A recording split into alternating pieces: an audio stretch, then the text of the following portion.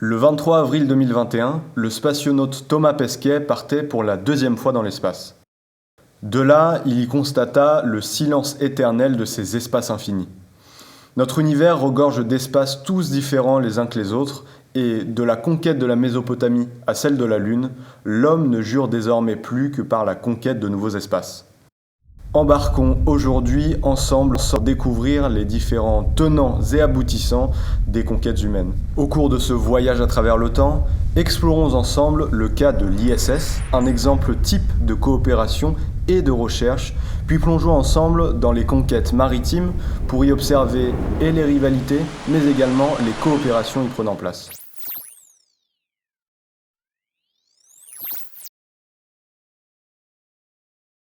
L'ISS, la Station spatiale internationale, a été lancée le 20 novembre 1998.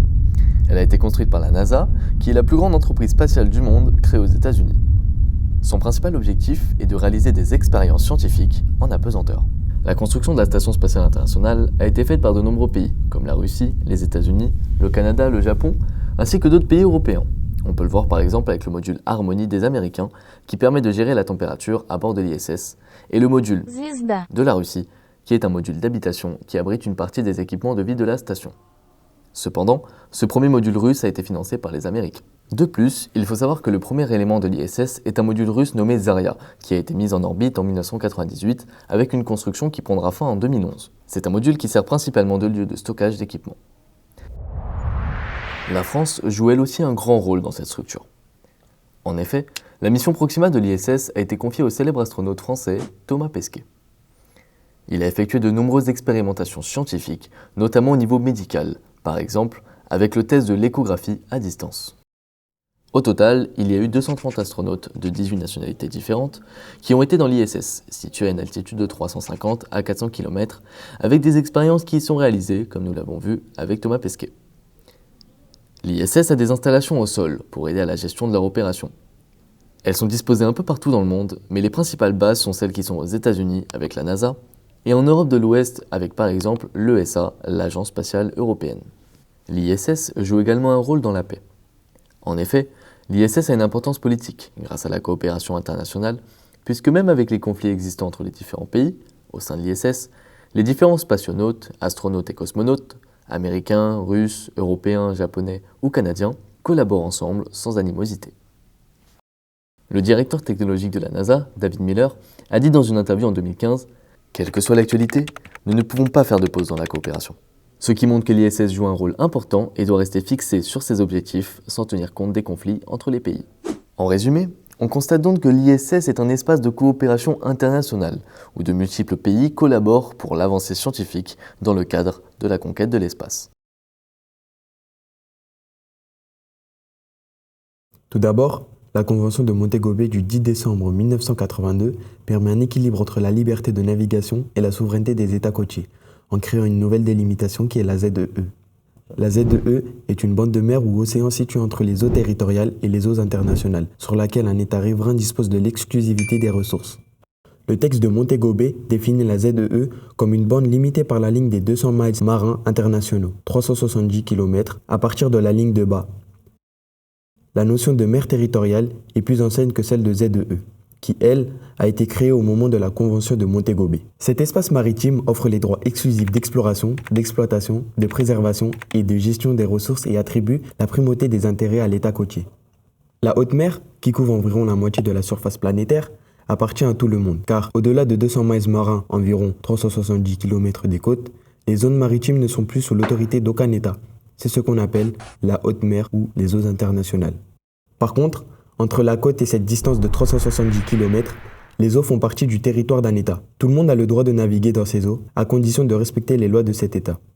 Certains pays peuvent revendiquer des mers par celles-ci, serait le prolongement de leur plateau continental, c'est-à-dire le prolongement du continent sous l'océan.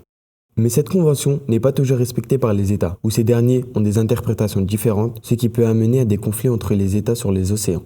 Par exemple, en Asie de l'Est, la Chine revendique la mer de Chine méridionale. Ils ont conquis alors les îles Paracel au détriment du Vietnam et de la Malaisie, qui sont pourtant plus proches de ces îles. Ces deux pays ne se rebellent pas car ils sont beaucoup moins puissants que la Chine qui est une grande puissance. Ces îles sont des zones riches en ressources naturelles, en poissons et en hydrocarbures. C'est donc une forme de puissance pour les États, c'est donc un exemple de rivalité sur les océans. Il existe également des conflits locaux comme le conflit concernant les coquilles Saint-Jacques entre l'Angleterre et la France, avec les îles anglo-normandes de Jersey et Guernesey. Les marins français et britanniques ont toujours pêché dans cette zone sans véritable restriction. Mais le Brexit, voté le 1er février 2016, va provoquer la fin de l'espace de pêche commun. Une délimitation non visible va être mise en place. Elle se voit uniquement sur les radars et distingue les zones de pêche entre Jersey et les côtes françaises.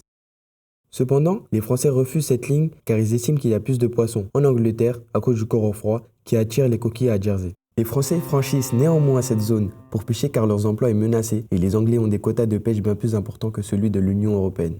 C'est d'ailleurs ces zones de pêche qui ont longtemps été discutées et qui ont retardé la mise en place du Brexit. Enfin, il existe des conflits qui sont résolus, comme le conflit de la mer Caspienne. Ce conflit est résolu avec des accords entre la Russie, l'Iran, le Kazakhstan, l'Azerbaïdjan et le Turkménistan. Il est signé le 12 août 2018. Ces pays étaient en concurrence sur l'exploitation des ressources de cet espace maritime, ce qui pouvait créer de nombreuses tensions. L'accord trouvé permet une délimitation reconnue par l'ensemble des acteurs. Un autre objectif de l'accord est de préserver la diversité écologique.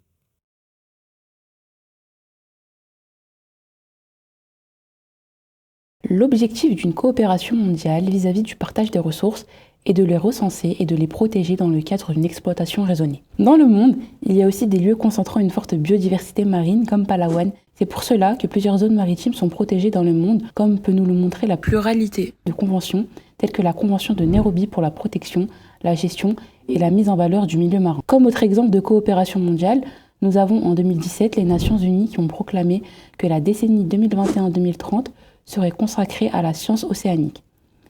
Elle propose une coopération entre la communauté scientifique, des entreprises et des dirigeants politiques pour créer des programmes de recherche et de développement d'innovation technologique dans ce secteur.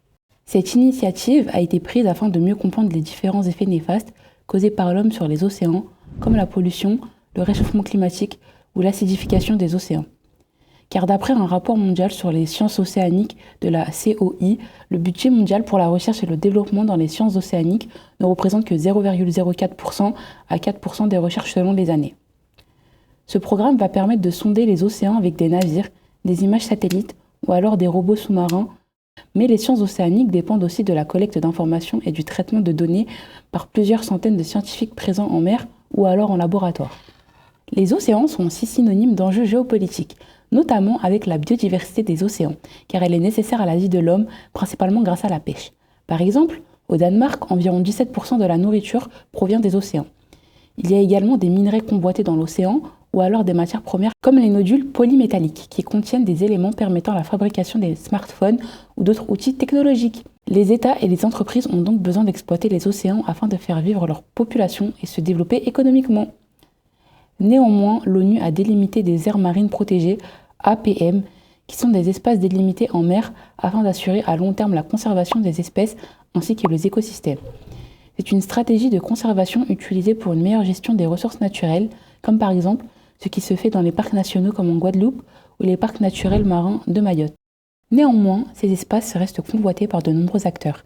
Ainsi, il y a eu la création d'immenses sanctuaires marins dans 3 zones différentes de l'Antarctique.